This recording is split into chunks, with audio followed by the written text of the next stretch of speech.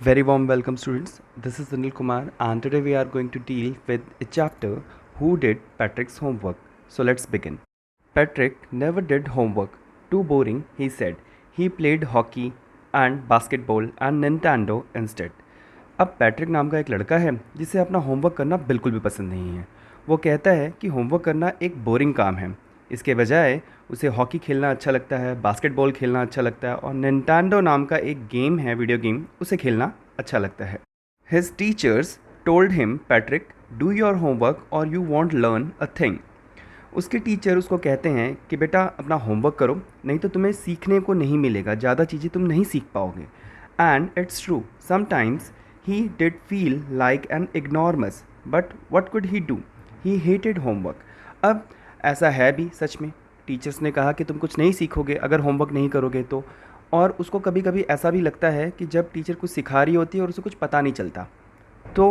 पर दिक्कत ये है उसको कि होमवर्क करना उसे अच्छा नहीं लगता, वो हेट करता है होमवर्क करने से। Then one day he found his cat playing with a doll and he grabbed it away. To his surprise it wasn't a doll at all but a man of the tiniest size. एक दिन ये देखता है कि इसकी बिल्ली जो है वो किसी डॉल से खेल रही है, तो वो उस डॉल को छीन लेता है उस बिल्ली से और वहाँ से लेके चला आता है। पर बड़ा हैरान हो जाता है कि वो वास्तव में एक डॉल नहीं होती, बल्कि एक छोटे साइज़ का, बहुत छोटे साइज़ का एक आदमी होता है। He had a little wool shirt and old-fashioned breeches, and a high tall hat much like a witch. He yelled, "Save me! Don't give me back to that cat! I will grant you a wish. I promise you that." अब उस छोटे से आदमी ने एक ऊन की shirt पहनी हुई थी, एक ओल्ड फैशन ब्रिज पहना हुआ था, ट्राउज़र, और एक हैट लगाई हुई थी, एक बड़ी सी हैट लगाई हुई थी उसने। तो वो एकदम जादूगर जैसा लग रहा था, विच जैसा लग रहा था। अब वो चिल्ला करके उसे कहता है कि मुझे बचा लो और मुझे उस बिल्ली को दोबारा मत देना, ठीक है? मैं तुम्हारी एक विश पूरी करूँगा, जो भी तुम चाहते हो।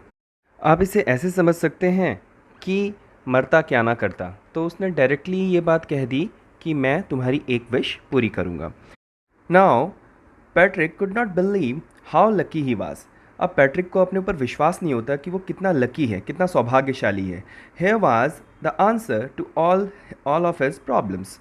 सो he said, only if you do all my homework till the end of the semester, that's 35 day, if you do a good enough job I could even get A's. तो वो, उसे ऐसा लगता है कि ये बंदा जो है वो उसकी सारी प्रॉब्लम का सॉल्यूशन है। दिक्कत क्या थी? उसे होमवर्क करना पसंद नहीं था। अब वो उसे कहता है कि बात ऐसी है भाई कि तू मेरा होमवर्क कर दे, होमवर्क कर दे, और ये होमवर्क जो है वो सेमेस्टर एंड तक चलेगा, जो कि सिर्फ 35 दिन तक है। उसके कहने का मतलब ये था कि अगर तू मेरा होमवर्क अच्छी तरीके से कर देगा तो मुझे एग्ज़ाम में ए मिल जाएगा, ए रिमार्क मिल जाएगा। Move forward. The little man's face wrinkled like a dishcloth thrown in the hamper। अब जैसे ही वो ये सुनता है कि उसे पैट्रिक का होमवर्क करना पड़ेगा, तो उसके चेहरे पर एकदम चिंता की लकीरें आ गई। जिस तरह से बर्तन साफ करने वाला कपड़ा होता है, जितना गंदा होता है, उस तरीके का मुंह उसका बन जाता है। ही kicked his legs and doubled his fist, and he grimaced and squalled and pursed his lips. Oh I am cursed but I will do it. अब यहाँ पर ये क्या करता है आदमी छोटा सा, ये ज़मीन पे पैर मारता है, ठीक है, अपनी दोनों हाथों की मुट्ठियों को भींच लेता है, उसके अलावा अपने होठों को भी दबाता है। उसकी बॉडी लैंग्वेज से साफ पता चल रहा था कि वो इस तरह के होमवर्क को करना नहीं चाहता, पर वो एट लास्ट कहता है, oh I am cursed but I will do it. ऐसा लगता है मुझे श्राप मिल गया है, पर फिर भी अपनी जान बचाने के लिए मैं आपके लिए ये काम करूँगा। And true to his word, the little elf began to do Patrick's homework। क्योंकि उसने वादा किया था, उस बोने इंसान ने वादा किया था, तो वो पैट्रिक का होमवर्क करना शुरू करता है।